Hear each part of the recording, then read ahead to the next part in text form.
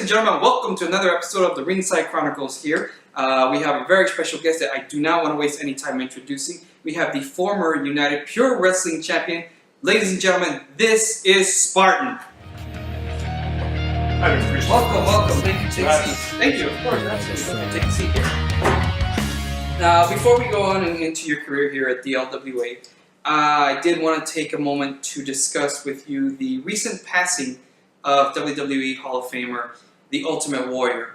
I'm sure a lot of fans out there would like to get your thoughts and feelings on this very tragic event. Well, I mean, obviously, when anybody passes away, it's a tragic event, regardless of celebrity status. But for everybody in the business, I think Ultimate Warrior was a big inspiration, somebody that really lived and breathed what this business is all about. And to lose somebody like that, especially in view of the weekend that he had of Hall of Fame, WrestleMania, it's really, it leaves you at a loss for words. The timing is just almost story-like. It is. He, like you say, he had a great weekend, Hall of Fame, WrestleMania, one more appearance on Monday Night Raw, and he gave a very moving speech that speaks volumes what you guys do as wrestlers. He mentions that it's really the fans, you guys out there, that make the wrestlers legends. And then for him to pass away the next night, it was almost like a storyline. He got his life in order and everything was great. And then this happened, and it really brought back a lot of memories of watching him growing up. I'm sure a lot of people of our generation, a lot of wrestling fans, grew up watching the Ultimate Warrior. Did you grow up watching him as well? Yeah, definitely. I mean, we all grew up watching Hogan Warrior. I remember Warrior was one of my favorites to play on WrestleFest, the arcade game. Having the Gorilla Press line, I thought was one of the coolest things to do in that game. So yeah, you mentioned Hogan Warrior WrestleMania 6. That was actually the first pay-per-view that I ever saw. I was about 9 years old, and I was a Hogan fan. I was rooting for Hogan. Hogan was the guy at the time. My brother was a Warrior fan, so he was rooting for him. But it just, looking back on it, it really blows you away. It's the first time at WrestleMania that the top two guys wrestling each other in the main event were both the heroes, the good guys, so to speak. Hogan had always faced the top villain of the company, and this was the first time that it was the two heroes. And I just think it was a very, very unique atmosphere for the fans, and and it was a huge reaction when the Warrior won. And and we're here just talking about him. We just wanted to go ahead and just pay a little tribute to the Ultimate Warrior. Moving on, how are you doing? In professional and personal lives. I'm doing great. Just getting ready for the next show. Hopefully fans decide that I will go up against Madam for the LWA Championship. So I've been training, getting my mind right, getting my body right for this championship opportunity. Should it present itself, and should it not, either way, I still should have an opponent that I need to take into consideration. Absolutely. We got the big Fan Frenzies coming up Saturday. You're going to be facing, hopefully you will be facing Mad One, as you say, you want to be in the running. Let me ask you, you are the former United Pure Wrestling Champion. You held that belt for quite a while. What was that experience like, being the knowing that you're pretty much at the top in terms of just pure athletic competition? What was that like for you?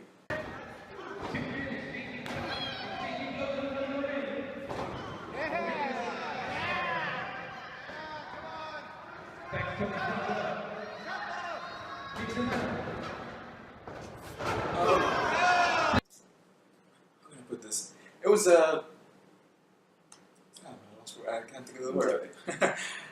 It was validation, I guess. It was validation of a couple of years of hard work. There was a point in time where I was on hiatus from LWA, so there was an absence there. And to come back and to have matches against opponents that I hadn't been able to face, and to, overcome those opponents and eventually get a title shot and then win that title shot was just kind of validation in my place in the business and this company. So it was a great experience to have, but it was a great experience to represent the LWA with that title. That title meant a lot to me. Like you said, it's the United Pure title represents what pure athleticism, what pure wrestling should be. And my goal always when I had that title was to give that title justice, and so obviously dropped it to Tony Strong. Haven't had a rematch, by the way. Just throwing that out there. He's a great competitor in his own right. So I think the legacy of the title really speaks for itself. Absolutely, and I'm sure a lot of fans would agree that you did bring a lot of justice to that title.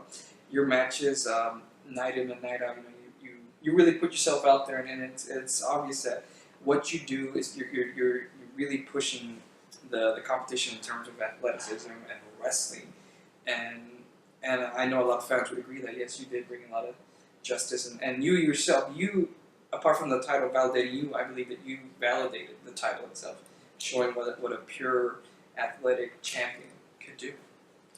And for right now, I just want to go ahead, ladies and gentlemen, we're going to take a quick break here. We're going to show some of our sponsors, and we'll be right back. Most hated gear. When I'm wearing a baseball hat or I'm wearing a cool t-shirt, that's what I wear. Most hated gear. Quote the Raven, nevermore. Hey you guys, I'm Arby Hayden, and you're watching Ringside Chronicles. Welcome back, ladies and gentlemen. We are here with our special guest, Spartan here, former United Pure Wrestling champion. We're going over his career, his thoughts on the business of professional wrestling. And speaking of professional wrestling, how did you get involved in this career, this line of work here? Well, interesting story. It kind of fell into my lap in a sense, as far as the opportunity to start training. When LWA started up, I saw them on Facebook and I inquired as far as what would it take to be a wrestler.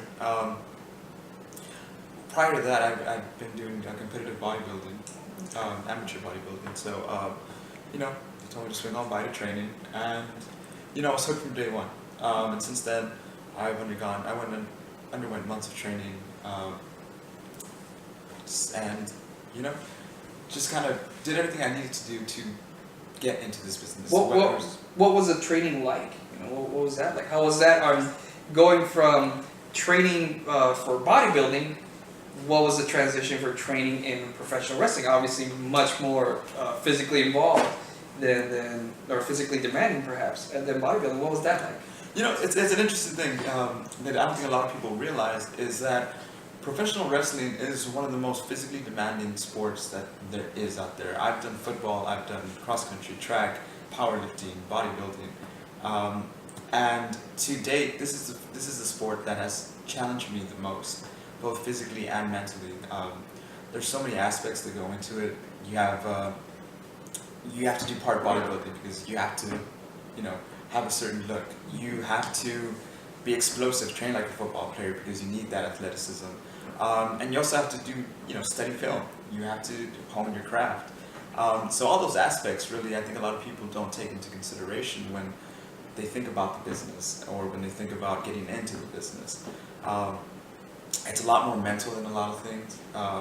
It's a lot more physically demanding. Obviously, you're taking more risks than a lot of sports. Football is very physically demanding, but you have padding, you have helmets. Coming off that third rope, you have nothing but a thin layer. Football also gives you timeouts. Right, and there's off seasons. Yes. And there are no off seasons in professional wrestling. I think professional wrestling is very much a sport where if you have momentum, you need to keep that, regardless of how tired you are or how stressed or how injured you are. If you have the good thing going, you do what you can to keep the ball rolling, because if you lose that momentum, then it's hard to pick it back up. Absolutely, yeah, and you're echoing a lot of other professional wrestlers who have been involved in other types of sports competition, whether it's football or amateur wrestling or baseball or anything, that they say that it's one of the most physically grueling sports that they've ever been involved in. Just the toll on the body, it really adds up, and especially as you say, coming off the top rope, what has been perhaps your most physically demanding match, or toughest match, or toughest opponent? Physically demanding match. This is one night particular in San Antonio. It was 3 opponents, actually. I go in there and I'm expecting to wrestle one guy, right? Dick Dallas, current TWF champion. I'm a short guy. There's no So No am question I. about that. This guy stands at like 6'6", something, close to 300 pounds. And he just whipped me from post to post. You know, within my first year of wrestling, he kind of, you know, it was a baptism by fire. Oh, And then later that night, they decided to throw me up against some other 6'5", some others, Jacob Pliskin and Mike Fox, I believe was their name. And they also took me to, you know, took me out back and whipped me a little bit. But it was a good experience to learn, especially being so young into the business. It's definitely not something that I regret. I do think though that speaks for you as an athlete, that they would say, let's get him back, you know, because he worked well. Let's bring him back again. And I think that again that justifies what you're doing in terms of wrestling. That you're obviously doing something right if they say we can bring him back again and have him work more. And I think that speaks highly of your abilities. I do think so. Or they just like seeing my butt whip. I think there's some fans out there that just love a good butt whipping, Yeah. and regardless of who it is. Any favorite matches that you've been involved in yourself? Yeah, definitely. My match against Tony Strong at what was it, Jalapeno Fest? No, Manila Bowl. Mm-hmm. That's one of my favorite matches that I've had. Michael Autumn was one of my favorite matches as well. You know, I've faced so many great opponents in LWA and out, but I think those two stand at the top of my list so far as far as recent matches go. What about as a fan? Any particularly, you know, we were talking earlier, Hogan Warrior, WrestleMania 6. That I'm sure that's a big one up there for a lot of wrestling fans that grew up, especially in the 80s. What about you? Any particular favorite matches as a fan, just watching either local here at the LWA or, you know, on the national WWE, WCW, NWA? Any particular favorites? That's a big spectrum to go by. Yeah. WWE. I think maybe Shawn Michaels and Bret Hart Iron Man match. To see two athletes at the top of their game. We talked about Hogan and Warrior, you know, facing each other while they were in their prime as both heroes. Seeing Michaels and Hart go at it, even though it was a more classic, you know, face heel kind of thing. Seeing them go for 60 minutes, 60 plus minutes, and having Michaels, you know, get that championship, and you have the famous line, "Boyhood dreams come true." I think that to me stands out as one of the true testaments to our sports and to the craftsmanship that can go into our sports. To me, there's no better performer in the business ever than Shawn Michaels, and no better technician than Bret Hart. So you have both of them in the ring, and that's just magic waiting to happen. Absolutely, yeah. It's two athletes at the top of their game, going 60 minutes. I myself, that was another pay-per-view that I also grew up watching, and you know, I'm sure like you and a lot of other fans, I was thinking, no way they're gonna go the full 60 minutes without a fall, and you know, it did, and they had to go into overtime. And you know, Shawn Michaels put Bret Hart down with the Sweet Chin Music and captured the title. It was a big, it's very effective big moment. Absolutely. Have you ever been on the receiving end of a super kick? Yes, but I'm usually the one delivering the super kicks. So, fantastic. Ladies and gentlemen, we're going to go ahead and take another short break right now. We'll be right back with our guest, Spartan. Thank you very much. My name is Abel Cruz, a.k.a. Daddy, a.k.a. the #1 shotgun, and you're watching Ringside Chronicles. My name is Raven, and I'd like to take a minute to give a shout out to all the sponsors for the LWA Professional Wrestling, Tato at Rituals Tattoo, or Tato, or Kato, or Kato, or, you know, I'm not sure, but Ritual Tattoos, great tattooing. Most Hated Gear, Legacy Comics, where I go to get my comic books when I'm in town, and a big shout out to all the Laredo fans. I will definitely see you soon, and remember, LWA, if you ain't running with it, you better run from it. Quote the Raven, nevermore.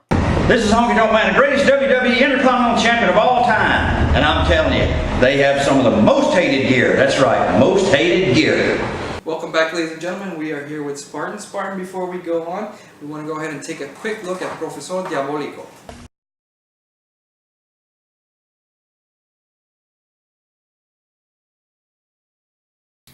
Salió de la idea de mi maestro de lucha libre, el astuto. Yo era profesor de escuela en ese entonces y por el diseño de la máscara combinó mi profesión real y el personaje. De ahí nació el profesor Diabólico.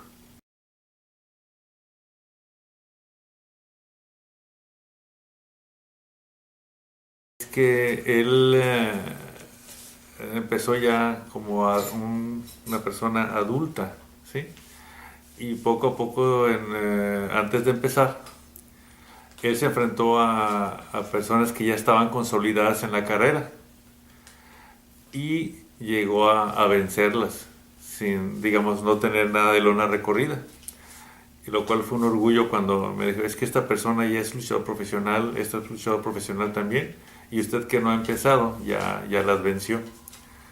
Y eso fue, digamos, en los entrenamientos. Y eso es para mí, fue orgullo, el saber que yo estaba a un buen nivel aún antes de empezar.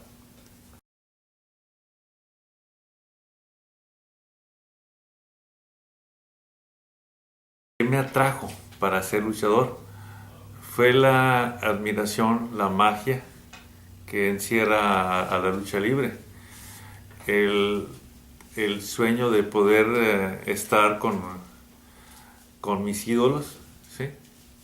Las personas que yo veía que a tiempo después ya pude convivir con ellos, y el que te des cuenta que ellos también te respetan, ¿sí? Cuando convives con ellos y te dan tu lugar. Sí, el poder platicar con Blue Panther, el poder platicar con el señor Dr. Wagner, con Psicosis, Nicho, y que te des cuenta que son un círculo pues especial y que te permitan de repente entrar con ellos, es algo muy, muy interesante.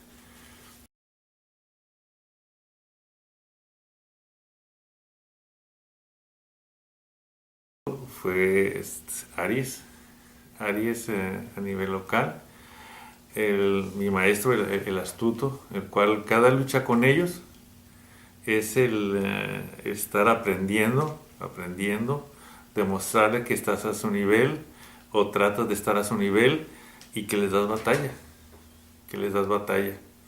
Eso es muy interesante.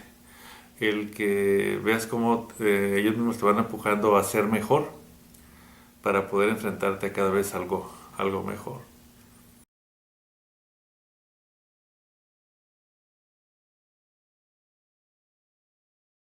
Que confíen en la empresa. Somos una empresa que a nivel local es la mejor. Se puede ver que hay mucha competencia entre nosotros. Se puede ver que cada vez que vamos sobre el ring entregamos lo mejor. No dejen de ir a nuestras presentaciones. Nunca van a salir decepcionados. Le echamos muchas ganas a cada presentación. ¿Por qué? Para demostrarles que cada vez vamos mejorando y que no los vamos a desilusionar. Por favor, no dejen de ver. Cada vez que vean el WWE anunciada, vayan. Nunca van a salir decepcionados.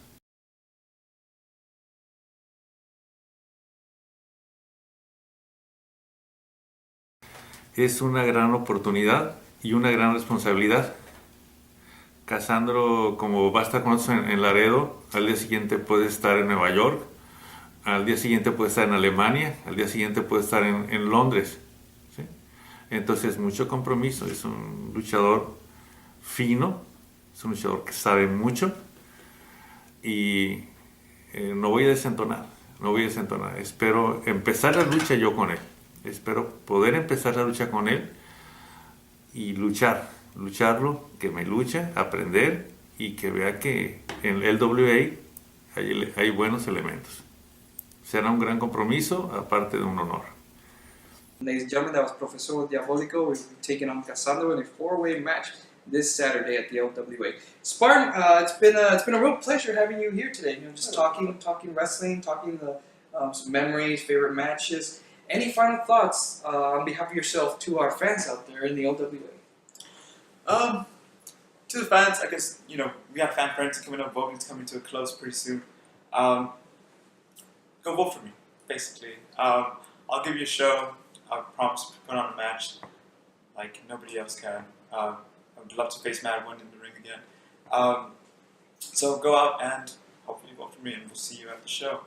By the way, there's somebody giving away these free T-shirts outside. There's this huge movement going around for this bald dude Onyx. Yeah, I recently had him on, and he was quite unprofessional. You know, he's a bit of a diva, a bit of a handful behind the scenes, held up production and everything until everything was just right for him. That's awesome. What's he like? You know, have you had any run-ins with him or his client, Farhan? As a matter of fact, I have, and actually, I know Onyx from prior to his debut in LWA, so I got some dirt on you. So don't cross me, Onyx. But no, pretty much like you described him, diva, unprofessional, very self-centered. And why does he wear sunglasses indoors? I noticed that too. I'm guessing he's a fan of Jack Nicholson. Maybe, I don't know. But he is no Jack Nicholson. Remember those little like raisins that used to have The California raisins, that is fantastic. I think maybe we should whip up some California raisins. I should start a Let's Go Raisins challenge. Absolutely. Spartan, it's been a real pleasure having you here at Ringside Chronicles. Please, if you ever, anytime you ever want to come down, let us know. We'd love to have you back again. Definitely. It's fantastic. Thank you very much. Ladies and gentlemen, this was Spartan.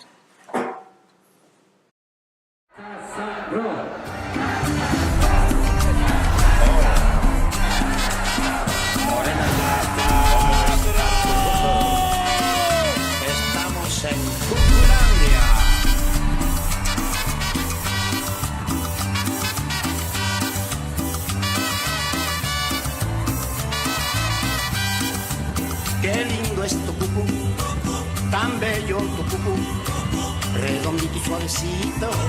Qué lindo es tu cucú, cuando te pones pantalón y te toca por detrás, se me suelta el corazón. ¡Qué sangre! Te quiero no me canso de mirar, pero quisiera tocar. Ándate, no seas malita, yo quiero una tocadita, No te metas con mi coco, no te metas con mi coco. Yo sé que tienes tu mujer, así que déjame cucú. Cuando te pones pantalón y te tocas por detrás, se me salta el corazón y te quiero más y más y más y más y más y más. Si me pongo pantalones y me golpeo detrás, nunca faltan los mirones como tú y los demás. No me canso de mirar, pero yo quiero tocar. Anda y no seas malita, si quiero una tocadita.